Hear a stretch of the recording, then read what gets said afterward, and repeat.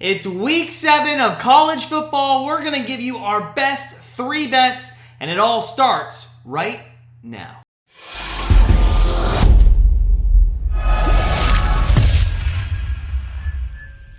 Hey guys, it's Matt from GrandstandBetters.com, and we have 3 more picks for you this week. Week 7 of college football. We'll get to those picks in just a moment, but if you're new to Grandstand Betters, make sure you go ahead and hit that subscribe button so you don't miss any of our college football picks all season long. While you're at it, go ahead and smash that like button for having 2 straight weeks of profitable college betting. But without further ado, let's dive in to our top 3 best bets of week 7 in college football. And we're going to kick things off in a top 25 SEC matchup between the visiting Kentucky Wildcats and the Georgia Bulldogs. This game is kicking off at 3:30 Eastern, and the spread is minus 22 in favor of the Bulldogs, and the over-under is set at 44.5. Now, Kentucky is 11th in the country after wins over Florida and LSU in the last 2 weeks. They've started their season 6-0, and we're probably hoping for a little bit of a break in their schedule, but being in the SEC, you don't get any breaks in the schedule. So the Wildcats now have to face the number 1 team in the nation,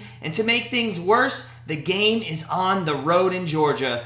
Georgia has not trailed any of their opponents at any point in the season, and after week number 1, they have won all their games by 24 points or more. Now, a large part of that, of the point margin, is credited to their defense, which ranks first in college football. One of the biggest matchups to watch for in this one is going to be Georgia's run defense, which ranks 4th in the country, and Kentucky's running back, Chris Rodriguez Jr. It's going to be a big stat to watch, a big storyline as the game goes on. Now, Rodriguez Jr. has carried the ball 120 times this season for 768 yards, and by far is the biggest part of Kentucky's offense. The Wildcats actually have more rushing yards than receiving yards this season, but quarterback Will Levis is not afraid to air out the ball. Robinson, he's been the go-to receiver for Kentucky. 37 receptions, 4 touchdowns, over 500 yards receiving. And this offense right now is averaging 31 points per game. So they're not going to be scared of Georgia.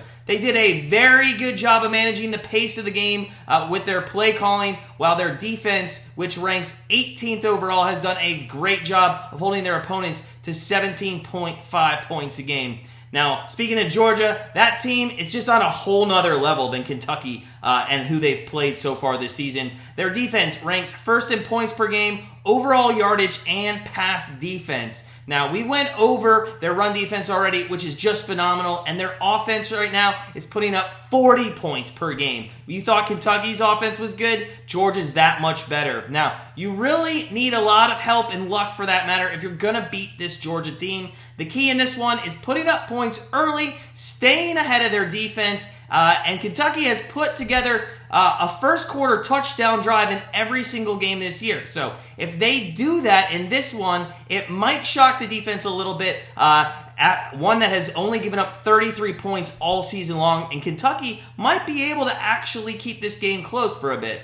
Now, offensively, as we mentioned, the Bulldogs score a lot of points, and that's mostly because of their field position that their defense actually gives them. Now, they still know how to move the ball down the field, though, if that comes to fruition and they do need to go for a long drive. They have a very balanced running game with backs Zamir White and James Cook, and an efficient passing attack behind quarterback Stetson Bennett. Now, if Bennett has time to pick apart the secondary, it's going to be a long day for those Wildcats. Wildcats have a good defense this year, but they still are a little susceptible as they did give up 21 points to LSU, Chattanooga, and Missouri this season.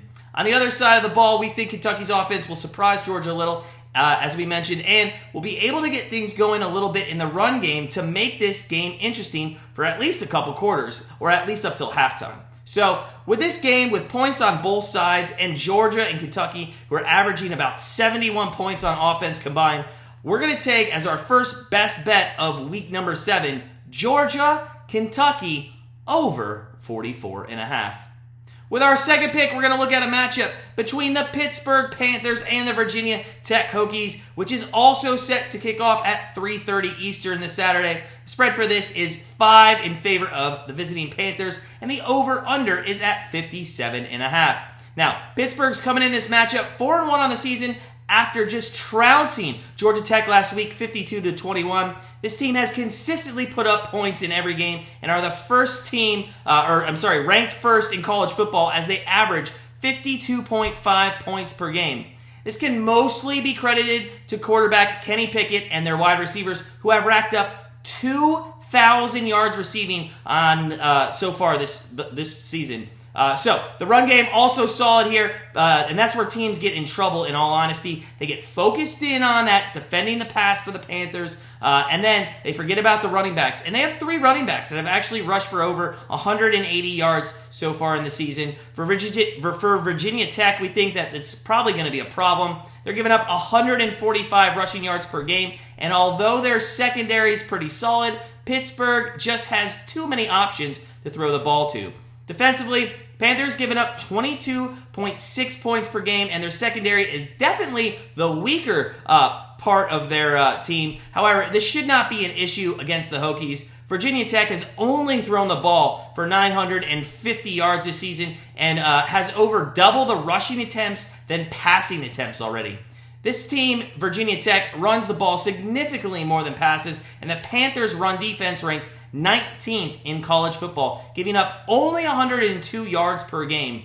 Their defense should be able to handle a banged-up Hokies offense that suffered a demoralizing loss last week to, guess who? Yeah, that's right, the Irish. Now, as we just mentioned, Virginia Tech's offense not good this season. They're only averaging 330 yards per game, and the most points they've put up this season is only 35, which was against Middle Tennessee State University. They're only averaging for the whole year 24 points per game, and a big reason for their limited offensive production is mostly due to quarterback Braxton Burmeister. Now, this guy's only completing 58% of his passes and has only thrown 5 touchdowns with 2 interceptions. He's also been sacked 11 times this season, so their offensive line needs to step it up this week, as Pittsburgh's front 7 has had 18 sacks on the year already.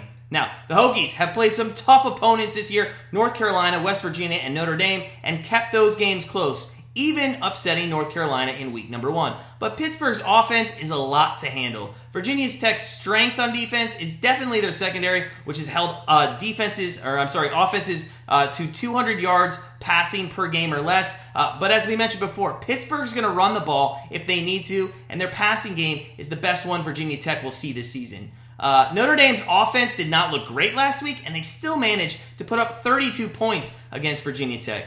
With a top-scoring offense coming into town after a bye week, it's going to be a long day for Virginia Tech. With the Week 3 upset loss to Western Michigan, Pittsburgh honestly would be on a lot more people's radar if they weren't over, and they're probably overlooked right now. In addition, Virginia Tech has had an up-and-down season this year, and now they're going through some quarterback issues. So, although Pittsburgh does not have a top 10 defense in the country, they do have one that should be able to contain Virginia Tech. They're also coming off that bye week and have an offense that can put up a lot of points. So we think the Panthers are going to keep this game far away from Virginia Tech being close at any point in the game. It's going to be a touchdown or more here. So our second pick of week number 7 is Pittsburgh Panthers -5 over the Virginia Tech Hokies.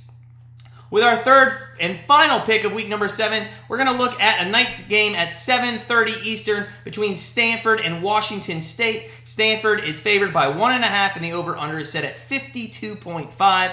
Both these teams come into the game at 3-3, and Stanford has had a very back-and-forth year so far. 2 weeks ago, they beat the number 9 team at the time, Oregon Ducks, in overtime, and then they traveled to Arizona State and lost. So, very back and forth. You don't really know what team you're going to get in Stanford week to week, and it's hard to tell which team is going to travel to Pullman this week.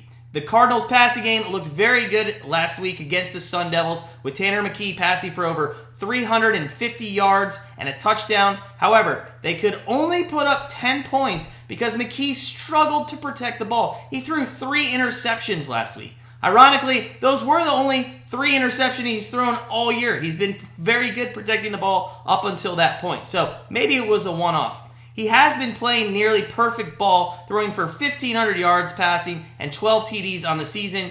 Higgins, Humphreys, and Tremaine, those are receivers that he goes to, having caught a combined 66 receptions, 880 yards, and they're responsible for actually 10 out of the 12 TDs that McKee has thrown. Now, Humphreys is going to be out this week. However, those three receivers, of those three receivers, he is the least targeted, and he only has one of those 10 TDs that we mentioned. Also, McKee has thrown completions to 12 different receivers this year, so although Humphreys is going to be out, the next man up mentality is going to happen, and it should take effect here. I don't think they're going to miss Humphreys as much as their fans think they will. Why McKee and the Stanford offense have been so successful is mainly in part that they have a very balanced attack. You would not think this because they are ranked 117th in the nation in rushing yards, less than 100 yards per game, but they do average at least 25 rushes per game. The rushing attack, led by Nathaniel Pete, who is averaging over 6 yards a carry, has been great in the first half of the season, but his counterpart, Austin Jones, has not been good. So look for them to lean on Pete a little bit more this week than usual. If they have an opportunity to have a great rushing game, or if they did have an opportunity to have a great rushing game, it probably is going to come against the Cougars. They rank 91st in college football against the run. They're giving up 170 yards per game. And just last week, Oregon State rushed for over 300 yards. That's nuts. Interestingly enough, Washington State beat Oregon State even after giving up 300 yards rushing, 31-24, as it was their second win in a row, giving themselves a chance to actually leapfrog Stanford here in the Pac-12 standings if they can pull off this win this week.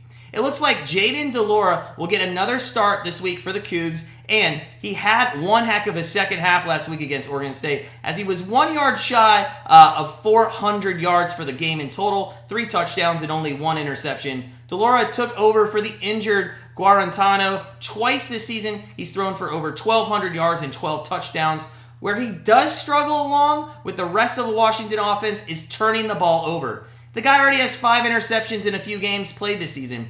Now, he's going to look to hit his receivers Jackson Jr., Harris, and Stribling, who have 96 receptions and over 1,000 yards already on the season. That trio is going to make or break Washington State in this game, as they have 9 of the 13 receiving touchdowns on the year for the Cougs. However, it's going to be a tough task against a stingy Stanford defense, only allowing 188 yards per game through the air. So if Washington State may have to probably lean on the run game in this one. However, like Stanford, the rushing game is non-existent for Washington State. They only come into the game averaging 113 yards per game. Borghi and McIntosh do have over 600 yards rushing on the season, and they average about 5 yards a carry, but those numbers are a little deceiving. They've played early games against Portland State and Utah State and ran all over them. In recent weeks, they have not been able to do that. This could set up well for Washington State this week, as Stanford has an awful run defense, giving up 219 yards per game on the ground. So again, if there's a chance that Washington State can get their running game going, this is going to be the one in their matchup. So overall, though, this matchup has all the makings of being very close and an exciting game. Washington State turns over the ball a lot, and at the same time is ranked 4th in takeaways. It's amazing. Both these teams come into this game having combined for 17 giveaways, but combined they have a turnover margin of 0. This game sets up to be a rushing attack from the opening kickoff, given that both defenses are awful against the run. But as the game progresses, look for both teams to air it out more, especially Washington State and DeLora. Now, these teams can put up points in a hurry if they want to. Just look at the Cougs last week, putting up 28 points in the second half, and both of their defense have been scored on quite easily at times. I mean, Portland State put up 24 points in Pullman, and Vanderbilt put up 23 points against Stanford. With the spread essentially being a pick here and just too many issues on both sides of the ball, we're going to look at the over-under of 52.5. Given the run defenses and the balanced attack and both teams bring into this matchup and the high possibility for some defensive scoring, we're going to take as our third and final pick of week number 7, Stanford, Washington State, over 52.5. That's it for us here at Grandstand Bettors. Remember to join our college football leaderboard by putting your best 3 bets in the comments below. Remember to read the pinned comment with the rules. The rules are important. Also, guys, we've joined Patreon. So if you want a free sports pick each and every day and you want some added benefits and bonuses, it'll just cost you $6.99 at the first tier or $11.99 at the second tier. The link is in the description below. Go sign up, become a Patreon member and supporter of Grandstand Bettors. As always, though, guys, sit back, relax, enjoy college football week number 7, and we'll see you next week.